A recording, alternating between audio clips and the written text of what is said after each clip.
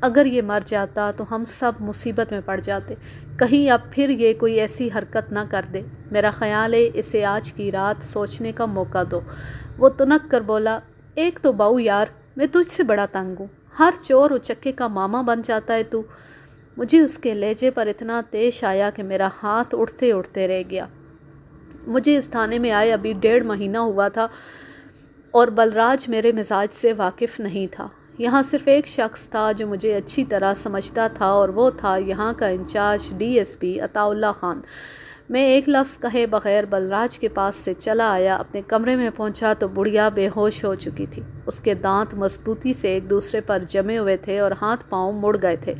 پنجابی میں اسے دندن پڑنا کہتے ہیں۔ اس کی جوان سال بیٹی ماں کا سر گود میں رکھے زاروں کے تار رو رہی تھی۔ اس کے لمبے سیاہ بال ماں کے سفید بالوں سے چھو رہے تھے۔ مجھے دیکھ کر وہ جلدی سے اٹھ کھڑی ہوئی اور ہچکیاں لیتے ہوئے بولی، تھانے دار صاحب، میری ماں اور بھائی کو بچا لیجئے۔ آپ جو بھی کہیں میں کرنے کو تیار ہوں۔ مجھے جہاں کہیں میں چلی جاؤں گی۔ میں ایک لمحے کے لیے سناٹے میں آ گیا تو معاملہ یہاں تک پہنچا ہوا تھا۔ میں نے ایک نظر غور سے لڑکی کو دیکھا۔ بمشکل 19-20 سال کی ہوگی۔ شکل کو زیادہ خوبصورت نہیں تھی لیکن جسم پرکشش تھا۔ اس نے نہایت پوسیدہ سے کپڑے پہن رکھے تھے، پاؤں سے ننگی تھی۔ میرے کانوں میں اس کے الفاظ نشتر چبو رہے تھے، تھانے دار صاحب، آپ جہاں بھی کہیں میں چلی جاؤں گی۔ میں نے اسے گھورتے ہوئے پوچھا، کیا کسی نے تم سے کہیں چلنے کو کہا تھا؟ جی ہاں، کل اس لمبے سپاہی نے کہا تھا کہ تھانے دار سے گھر چل کر بات کرو، وہاں وہ تمہاری بات سن لے گا۔ پھر تم وہاں گئی؟ جی ہاں۔ میرا دماغ چکرا رہا تھا۔ پھر کیا ہوا؟ لڑکی نے میلی کچیلی چادر سے آنسو پونچھے اور بولی، میں اور ماں دونوں سپاہی کے ساتھ گئی تھی، لیکن وہ ہمیں تھانے دار صاحب کے بجائے اپنے گھر لے گیا۔ اس نے ہمیں بہت ڈرایا دھمکایا اور کہا کہ تمہارے آدمی پر قتل کا کیس بھی پڑ جائے گا۔ پھر اس نے کہا کہ میں تھانے دار صاحب سے کہہ کر ولایت کی ضمانت کرا سکتا ہوں۔ دراصل اس کی نیت خراب تھی، وہ مجھے بڑی بری نظروں سے دیکھ رہا تھا۔ پھر اس نے میری ماں کو باہر بھیجنے کے لیے بہانہ بنایا، اسے ایک فارم دے کر کہنے لگا کہ ڈاک خانے سے اس پر ٹکٹیں لگوا لاؤ۔ میری ماں کو شک ہو گیا۔ جو ہی وہ کسی کام سے دوسرے کمرے میں گیا، ماں مجھے ساتھ لے کر باہر نکل آئی۔ ہم نے کسی سے اس بات کا ذکر نہیں کیا۔ پھر بھی آج میرے بھائی پر اتنی سختی ہوئی ہے، اگر ہم بتا دیتے تو پتہ نہیں کیا ہوتا۔ لڑکی کی آنکھیں جو رونے سے اور بھی شفاف ہو چکی تھی لگاتار آنسو بہا رہی تھی۔ لمبے سپاہی کا اشارہ میں اچھی طرح سمجھ گیا تھا، وہ بلراج کا ہیڈ کانسٹیبل عنایت مسیح تھا۔ میں نے بڑھیا کی طرف دیکھا، اسے اب ہوش آ گیا تھا۔ میرے ہیڈ کانسٹیبل خوشی محمد نے اسے عقب سے سہارا دے رکھا تھا۔ وہ بار بار کہہ رہی تھی، ہائے میرا بچہ، وہ میرے بچے کو مار دے گا، خدا کے لیے کوئی اسے بچائے۔ میں نے عورت کو تسلی دے کر چپ کرایا۔ پھر میں نے ایک فیصلہ کیا اور تیز قدموں سے ڈی ایس پی صاحب کے کمرے کی طرف چل دیا۔ سیلیوٹ کر کے میں نے ان کے سامنے کرسی سنبھالی۔ وہ چھت پر پیش آنے والے واقعے کے بارے میں تفصیلات معلوم کرنے لگے۔ میں نے بلراج کے خلاف کوئی بات نہیں کی۔ جب گفتگو کا سلسلہ ختم ہوا تو میں نے عطا صاحب سے کہا، جناب میں چاہتا ہوں کہ اس لڑکے ولایت کا کیس میں ہینڈل کروں۔ بلراج صاحب آج کل خاصے مصروف ہیں اور میرے خیال میں یہ کیس کافی وقت اور توجہ مانگتا ہے۔ تو تمہارا مطلب ہے بلراج پوری توجہ نہیں دیتا؟ ڈی ایس پی کا لہجہ کچھ بدلا تھا۔ نہیں جناب، میں نے توجہ کے ساتھ وقت کا لفظ بھی استعمال کیا ہے۔ ان کے پاس اتنا وقت نہیں جو میں سمجھتا ہوں اس کیس کے لیے ضروری ہے۔ بھئی یہ تو ایک سیدھا سادہ معاملہ ہے، تم خواہ مخواہ پریشان ہو رہے ہو۔ اس قسم کی باتوں سے اسٹاف میں بددلی پھیلتی ہے۔ مجھے ڈی ایس پی سے اس قسم کے جواب کی توقع نہیں تھی۔ میرا شک یقین میں بدل گیا کہ جب میں ملزم کی بہن سے باتیں کر رہا تھا، بلراج آ کر ڈی ایس پی سے مل گیا تھا۔ دیرینہ ساتھ کی وجہ سے ان دونوں میں گہرے تعلقات تھے، لیکن ڈی ایس پی کا رویہ مجھ سے اب تک مہربانہ رہا تھا۔ وہ میرے سابقہ ریکارڈ سے بخوبی واقف تھا۔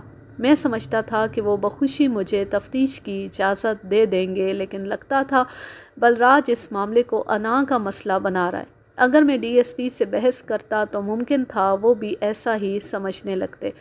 ابھی میں اٹھنے کی تیاری کر ہی رہا تھا کہ ٹیلی فون کی گھنٹی بجی۔ دوسری طرف یقیناً کوئی اعلیٰ افسر تھا، شاید ایس پی صاحب تھے۔ ڈی ایس پی کا لہجہ معتبانہ ہو گیا۔ وہ قریباً 10 منٹ تک گفتگو کرتے رہے۔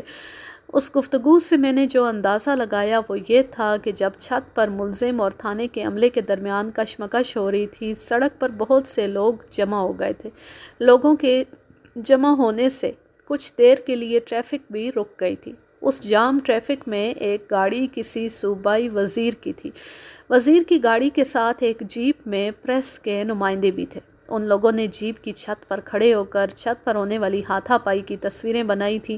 وزیر صاحب نے بھی سارا معاملہ اپنی آنکھوں سے دیکھا تھا۔ اب وہ متعلقہ حکام پر سخت برہم تھے۔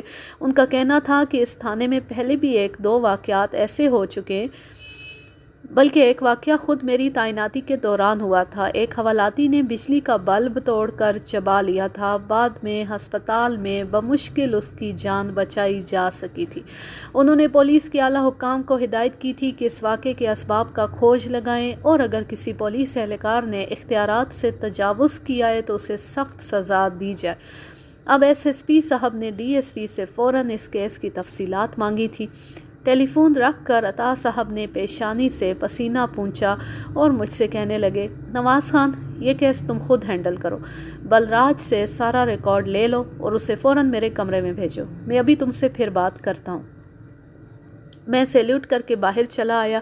کافی دور ہی سے ملزم ولایت علی کی کراہیں سنائی دے رہی تھیں۔ بڑھیا اور لڑکی میرے کمرے میں موجود نہیں تھی۔ میں نے اپنے ہیڈ کانسٹیبل سے پوچھا۔ اس نے بتایا کہ بلراج صاحب نے ان دونوں کو گھر بھجوا دیا۔ میں بلراج کے عقوبت خانے میں داخل ہوا۔ وہ کرسی پر ٹانگیں پسارے بیٹھا تھا۔ ایک حوالاتی اس کے پاؤں دبا رہا تھا۔ ولایت اسی طرح الٹا لٹکا ہوا تھا۔ ہیڈ کانسٹیبل عنایت مسیح ہاتھ میں بال اکھاڑنے والا موچنا لیے کھڑا تھا۔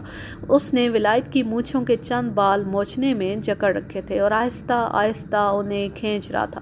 ملزم کا بالائی ہونٹ کوئی 2 انچ تک کھنچتا چلا گیا اور وہ بری طرح چلا رہا تھا۔ گردن سے بہنے والا پسینہ، آنکھوں سے بہنے والا پانی اور ناک کا لعاب سب مل جل کر قطرہ قطرہ اس کی پیشانی سے ٹپک رہے تھے۔ مونچھوں کے بال کھینچنا ایک نہایت اذیت ناک سزا سمجھی جاتی ہے۔ رک جاؤ، میں نے غصے سے کہا۔ اس نے بال چھوڑ دیے۔ بلراج کڑی نظروں سے مجھے دیکھنے لگا۔ بلراج، عطا صاحب بلا رہے ہیں، میں نے گہری سنجیدگی سے کہا۔ اس کے چہرے پر حیرت کے آثار نظر آئے، پھر کچھ کہے بغیر باہر نکل گیا۔ لمبا ہیڈ کانسٹیبل عنایت مسیح کبھی میری طرف اور کبھی ہاتھ میں پکڑے موچنے کی طرف دیکھ رہا تھا۔ میں نے آگے بڑھ کر موچنا اس کے ہاتھ سے لے لیا۔ یہ موچنا مجھے دے دے عنایت، ہو سکتا ہے کل کلاں تیری مونچھیں اکھاڑنی پڑے۔ میں سمجھا نہیں صاحب، جس بہن کو گھر لے گیا تھا وہ سب بتا دے گی اور سمجھا بھی دے گی۔ عنایت مسیح کا تاریک چہرہ اور تاریک نظر آنے لگا۔ ولایت علی کی حالت کافی خراب تھی۔ میں نے اسے چھت سے اتروایا، ایک نزدیکی کلینک سے ڈاکٹر کو بلوایا۔ اس نے بتایا کہ مریض کو اندرونی طور پر سخت چوٹیں آئی ہیں، لیکن خطرے کی کوئی بات نہیں۔ گرم دودھ پلوا کر میں نے ہیڈ کانسٹیبل خوشی محمد کو کہا کہ اسے کمبل اڑا کر چارپائی پر لٹا دو۔ خوشی محمد کی ڈیوٹی رات کی تھی۔ ضروری ہدایات دے کر میں تھانے سے چلا آیا۔ اگلے روز منہ اندھیرے ایک سپاہی نے میرا دروازہ کھٹکھٹایا اور اطلاع دی کہ ملزم ولایت حوالات سے فرار ہو گیا۔ میں ایک لمحے کے لیے ششدر رہ گیا۔ اس کی حالت تو ایسی نہیں تھی کہ وہ بھاگ سکتا، لیکن سپاہی جھوٹ تو نہیں بول سکتا۔ اچانک مجھے صورتحال کی سنگینی کا احساس ہوا۔ یہ معاملہ اعلیٰ افسران کے نوٹس میں تھا۔ اس کام کو اس طرح بگڑنا نہیں چاہیے تھا۔ میں نے اسی وقت کپڑے تبدیل کیے اور بھاگم بھاگ تھانے پہنچا۔ حوالاتیوں کو عام طور پر ایک بیرک کے اندر زمین پر بچھی ہوئی چاول کی چھال پر سلایا جاتا تھا، لیکن میری ہدایت پر ولایت علی کو ایک دوسری کوٹھری میں چارپائی دی گئی تھی۔ میں نے اس جگہ کا معائنہ کیا۔ چارپائی، لحاف، تکیہ، سب کچھ اسی طرح پڑا تھا۔ کمرے کی پکی دیوار میں کوئی 1.5 مربع فٹ کا سوراخ نظر آ رہا تھا اور مجرم غائب تھا۔ یہ کوٹھری عمارت کی بیرونی جانب تھی اور شاذ و نادر ہی یہاں کوئی حوالاتی رکھا جاتا تھا۔ بہرحال جیسے بھی ہوئی تھی، غلطی ہو چکی تھی۔ میرے خیال میں سب سے زیادہ قصوروار ہیڈ کانسٹیبل خوشی محمد تھا۔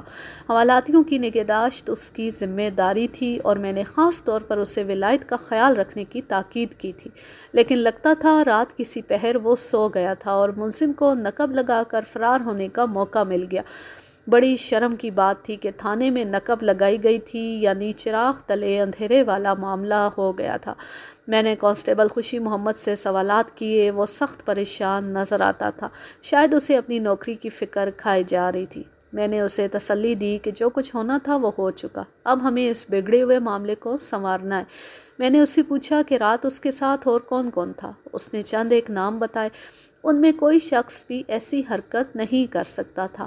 بہرحال سب سے پہلا کام میں نے یہ کیا کہ ایک ایس آئی کو 2 کانسٹیبلوں کے ساتھ ملزم کے متوقع ٹھکانوں پر بھیجا۔ ان میں اس کے یار دوست اور ملنے والے شامل تھے۔ ایسے لوگوں کے پتے ملزم کی فائل میں موجود تھے۔ خود میں 2 کانسٹیبلوں کے ساتھ اس کے گھر روانہ ہوا۔ وہ ایک کچی آبادی میں رہتا تھا۔ تنگ و تاریک گلیوں میں سے ہوتے ہوئے ہم اس کے گھر پہنچے۔ ابھی اجالا پوری طرح نہیں پھیلا تھا۔ میں نے ٹاٹ کا پردہ اٹھا کر لکڑی کا بوسیدہ دروازہ کھٹکھٹایا۔ کون ہے؟ ایک عمر رسیدہ مردانہ آواز آئی اور ایک بوڑھے نے دروازہ کھولا۔ سامنے پولیس کو دیکھ کر اس کی وہی حالت ہوئی جو غریب غربا کی ہوا کرتی ہے۔ وہ تھر تھر کانپنے لگا۔ میں نے اسے کہا، گھر میں پردہ کراؤ۔ بولا، مائی باپ، آپ سے پردہ کرنے والا کون ہے؟ آپ بادشاہ ہیں، مالک ہیں۔ اس نے دروازہ کھول دیا۔ ہم اندر داخل ہوئے۔ بڑھیا اور اس کی بیٹی بھی جاگ گئی تھی۔ بڑھیا کے بال بکھرے تھے اور لڑکی کا دوپٹہ پاؤں میں جھول رہا تھا۔ خوف کی بجائے وہ امید بھری نظروں سے میری طرف دیکھ رہی تھی۔ ایک لمحے میں نے محسوس کر لیا کہ ملزم یہاں نہیں پہنچا، کم از کم ان لوگوں کو اس کا پتہ نہیں۔ بڑھیا بولی، تھانے دار پتر، میرا ولایت ٹھیک ہے نا؟ میں نے کانسٹیبلوں سے کہا کہ گھر کی تلاشی لیں۔ انہوں نے جلدی جلدی گھر کے کونے کھدرے دیکھے اور آ کر نفی میں سر ہلا دیا۔ بوڑھے بڑھیا کی نگاہوں میں اب حیرت پائی جاتی تھی۔ بڑھیا ڈری ہوئی بولی، پتر خیر تو ہے نا؟ میں نے سخت لہجے میں کہا، مائی، تیرے پتر کو میری مہربانی راس نہیں آئی، وہ حوالات سے بھاگ گیا ہے اور مجھے یقین ہے کہ تم لوگوں نے ہی اسے چھپایا ہے۔ سیدھی طرح اس کا پتہ بتا دو ورنہ برا حشر ہوگا۔ میرے بدلے ہوئے تیور دیکھ کر بڑھیا کے ہاتھ کانپنے لگے، لڑکی بھی رونے لگی۔ بوڑھا بولا، تھانے دار صاحب، رب جانتا ہے، ہمیں اس کے بارے میں کچھ پتہ نہیں۔ ہم تو امید لگائے بیٹھے تھے کہ آج اس کی رہائی ہو جائے گی۔ جنتے آپ کی تعریفیں کر کر کے تھک نہیں رہی تھی، کہتی تھی، اللہ نے میرے بچے کی مدد کے لیے فرشتہ بھیج دیا، اب وہ ضرور گھر آ جائے گا۔ خدا کی قسم ہمیں اس کے علاوہ کچھ پتہ نہیں۔ بابا، کچی باتیں نہ کر، وہ تیرا بیٹا ہے، تجھے اس کے بارے میں پتہ نہیں ہوگا تو کس سے پتہ ہوگا؟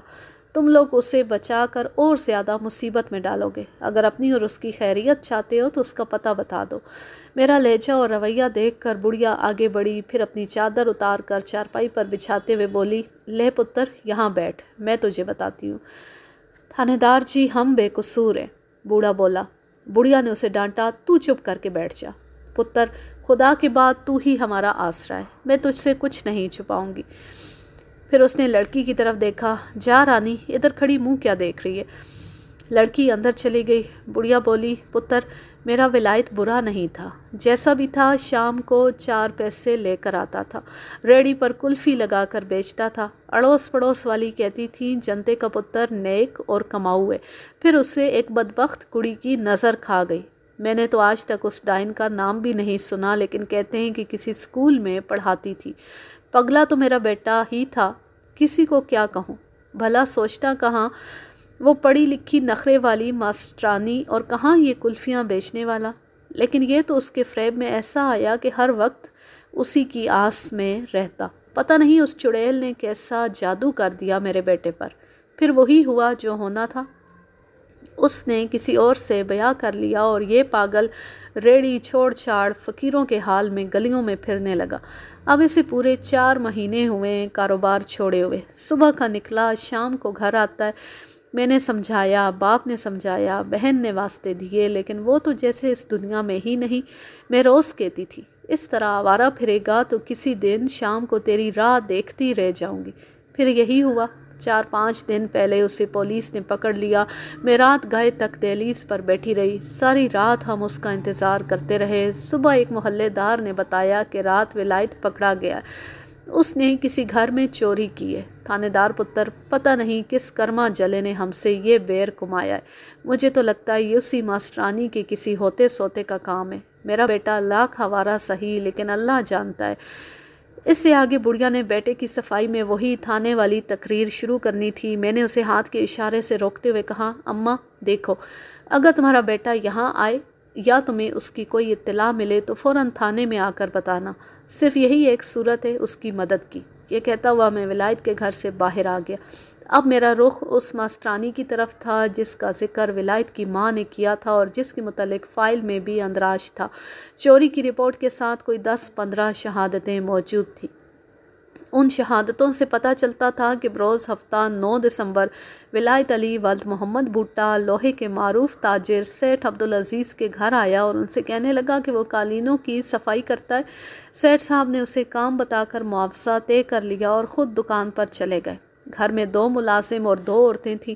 صفائی کے دوران نظر بچا کر ولایت علی نے سیٹھ کی الماری سے ایک طلائی انگوٹھی، 3000 روپے نقد اور تقریباً اتنی ہی مالیت کی ایک دستی گھڑی چرا لی۔ اس چوری کا علم شام کو ہوا۔ پولیس نے ولایت علی کو ایک چائے خانے سے شراب کے نشے میں دھت گرفتار کر لیا۔ ابتدائی رپورٹ سے پتہ چلتا تھا کہ ولایت علی اچھے کردار کا لڑکا نہیں، بے روزگار ہے، بس کبھی کہیں سفیدی کر لیتا ہے، کبھی دیواروں پر اشتہار لگاتا نظر آتا ہے اور کبھی قالینوں کی صفائی شروع کر دیتا ہے۔ نزدیکی آبادی جام نگر کی ایک شادی شدہ عورت سے اس کا چکر ہے، عموماً اس کے گھر کے گرد منڈلاتا رہتا ہے۔ اس گلی میں ایک پان والے سے اس کی دوستی ہے، اکثر اس کے ہاں بیٹھا نظر آتا ہے۔ یہ تمام معلومات میرے ذہن میں محفوظ تھیں۔ اب میرا رخ جام نگر کی طرف تھا۔ یہ ایک متوسط آبادی تھی، چھوٹی موٹی کوٹھیاں بھی نظر آتی تھیں۔ جس وقت ہم یہاں پہنچے دن کافی چڑھ آیا تھا، لوگ اپنے اپنے کاروبار سے جا رہے تھے۔ میں نے جیپ سیدھی پان شاپ کے سامنے رکوائی۔ پان والا ایک صحت مند نوجوان لڑکا تھا۔ جیپ دکان کے سامنے رکتے دیکھ کر وہ ٹھٹک گیا۔ میں نے اسے جیپ کے اندر بلا کر پوچھ گچھ شروع کی۔ حسب توقع اس نے ولایت کے فرار سے لا علمی کا اظہار کیا۔ میں نے اس پر زیادہ سختی نہیں کی اور ولایت کے یارانے کے متعلق پوچھا۔ پہلے تو وہ انکار کرتا رہا، لیکن جب اسے پتہ چلا کہ پولیس کافی کچھ جانتی ہے تو اس نے تھوڑی دور ایک مکان کی طرف اشارہ کرتے ہوئے بتایا کہ اس مکان میں رہنے والی عورت سے ولایت کے تعلقات ہیں۔ اس عورت نے ولایت کو بڑے بڑے سبز باغ دکھائے تھے، لیکن پھر ایک دوسرے شخص سے شادی کر لی تھی۔ میں نے اس کے شوہر کے بارے میں پوچھا تو لڑکا، جس کا نام شاید حنیف تھا، بتانے لگا کہ عورت کا شوہر کسی دفتر میں چپڑاسی ہے۔ میں یہ انکشاف سن کر حیران رہ گیا۔ میں نے ایک نظر پھر اس مکان کی طرف دیکھا۔ مکان کو بہت زیادہ اچھا نہیں تھا، لیکن ایک چپڑاسی کی تنخواہ میں تو ایسے مکان کا صرف خواب ہی دیکھا جا سکتا تھا۔ بہرحال یہ کوئی ایسی عجیب بات بھی نہیں تھی۔ بعض اوقات چپڑاسی بھی کافی لمبے ہاتھ مار لیتے ہیں۔ اگر ہم کلرک کو بادشاہ مانتے ہیں تو چپڑاسی کو کم از کم وزیر تو ماننا چاہیے، اور یہ بھی ضروری نہیں کہ یہ چپڑاسی ویسا ہی ہو جیسا عام تصور پایا جاتا ہے، یعنی منحنی جسم، ڈھیلی ڈھالی پتلون اور سر پر سیکنڈ ہینڈ ٹوپی۔ چپڑاسی بھی تو جوان جہان اور خوبرو ہو سکتا ہے۔ یقیناً یہ بھی کوئی ایسا ہی چپڑاسی تھا۔ ابھی لڑکے سے گفتگو ہو ہی رہی تھی کہ سامنے والے مکان کا دروازہ کھلا۔ میں چوکنا ہو کر دیکھنے لگا۔ ایک سائیکل کا پہیہ نظر آیا، پھر سائیکل تھامنے والا شخص بھی دروازے کی اوٹ سے نکل آیا۔ اسے دیکھتے ہی میں پہچان گیا کہ یہ ولایت علی کی محبوبہ کا شوہر ہے۔ میرا دوسرا اندازہ بالکل غلط تھا، یعنی چپڑاسی کوئی خوبصورت شخص نہیں تھا۔ منحنی جسم، ڈھیلا ڈھالا لباس اور سانولا رنگ۔ عمر بھی 35 سال سے کم دکھائی نہیں دیتی تھی۔ اس کے عقب میں کوئی عورت دکھائی دی۔ میں نے عورت کی صرف ایک جھلک دیکھی، لیکن یہ ایک جھلک بتانے کے لیے کافی تھی کہ عورت جوان اور خوبصورت ہے۔ میں نے حیرانی سے پان فروش کی طرف دیکھا۔ اس نے اثبات میں سر ہلایا، یعنی یہی شخص دروازے میں کھڑی عورت کا شوہر تھا۔ میرے ذہن میں کئی شبے سر ابھارنے لگے۔ میں نے لڑکے سے کچھ اور باتیں پوچھیں، جن سے پتہ چلا کہ چپڑاسی کا نام نذیر محمد ہے۔ یہ انکم ٹیکس کے دفتر میں کام کرتا ہے، کافی ہوشیار آدمی ہے۔ ایک بیوی پہلے مار چکا ہے، اس میں سے کوئی بچہ نہیں تھا۔ یہ مکان بھی 3-4 ماہ پہلے مکمل ہوا ہے۔ اس سے پہلے وہ اس جگہ ایک کمرے کے خستہ حال گھر میں رہتا تھا۔ لڑکے نے بتایا کہ یہ شخص طبیعت کا بڑا حسیلہ ہے، ذرا سی بات پر بھڑک اٹھتا ہے، بیوی پر بھی سختی کرتا ہے۔ اڑوس پڑوس والے کہتے ہیں کہ بیوی پر اس کا بڑا رعب ہے۔ اس کی اجازت کے بغیر وہ کسی سے بات بھی نہیں کر سکتی۔ لوگوں کو حیرانی ہوتی ہے کہ یہ عورت اس شخص کے ساتھ کیسے نباہ کر رہی ہے۔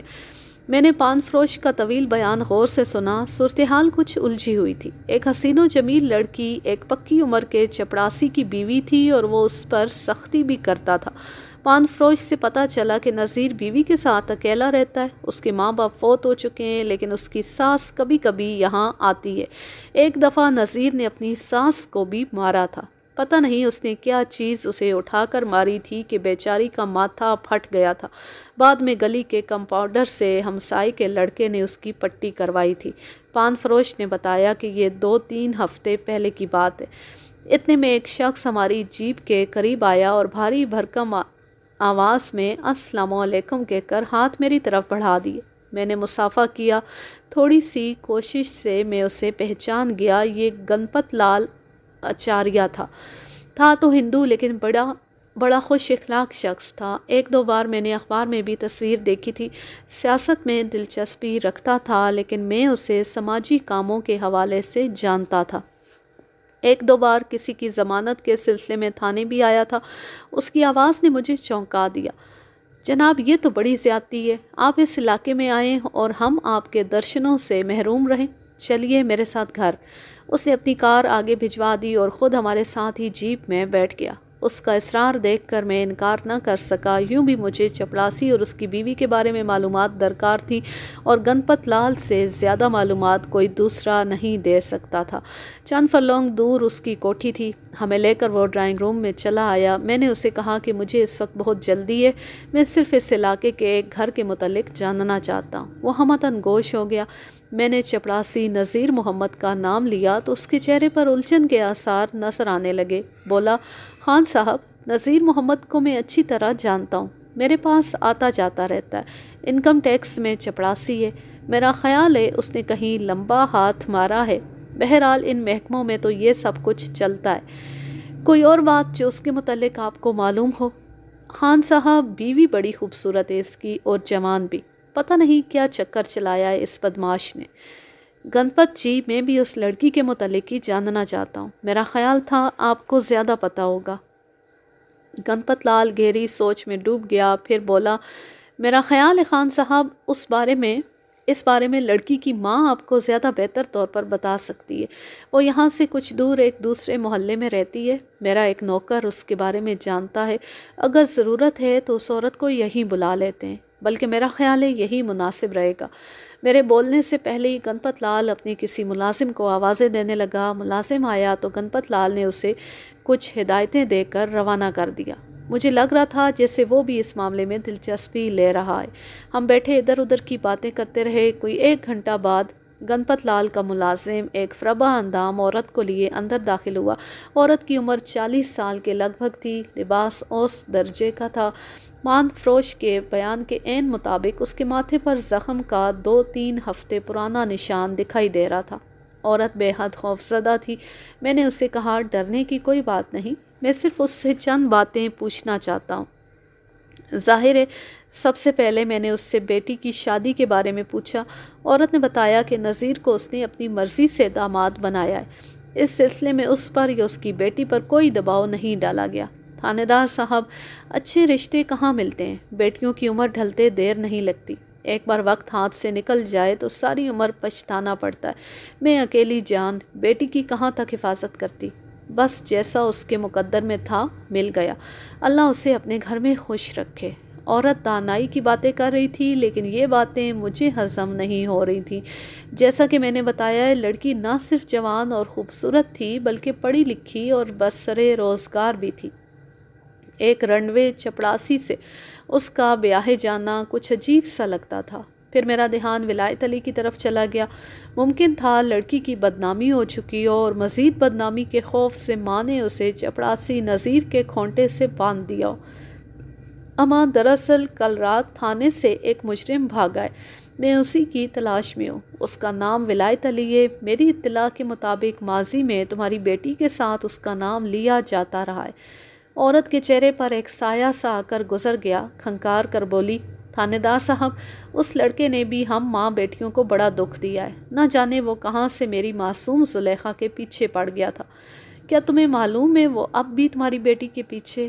اسے اکثر چپراسی نذیر کے گھر کے سامنے دیکھا جاتا تھا۔ مجھے ایک اطلاع ملی ہے کہ وہ اب بھی ملتے ہیں۔ بالکل جی، بالکل۔ عورت نے سہمے ہوئے لہجے میں کہا، تھانے دار صاحب، میری بیٹی بد کردار نہیں، وہ ایسا نہیں کر سکتی۔ وہ الگ بات کہ وہ مردود ابھی تک اس کے پیچھے پڑا ہوا ہے۔ کیا میں نے اندھیرے میں ایک تیر چھوڑا؟ کیا تم اپنے داماد سے خوش ہو؟ بالکل جی۔ عورت کے ماتھے کا نشان اس کے جھوٹ کی چغلی کھا رہا تھا۔ آج کے لیے بس اتنا ہی۔ اب میں لیتی ہوں آپ سے اجازت۔ جہاں رہیں خوش رہیں، شاد و آباد رہیں، ہنستے مسکراتے رہیں، اور اگر ابھی تک اس چینل کو آپ نے سبسکرائب نہیں کیا ہوا تو اسے سبسکرائب کر لیں۔ اللہ حافظ، اللہ نگہبان۔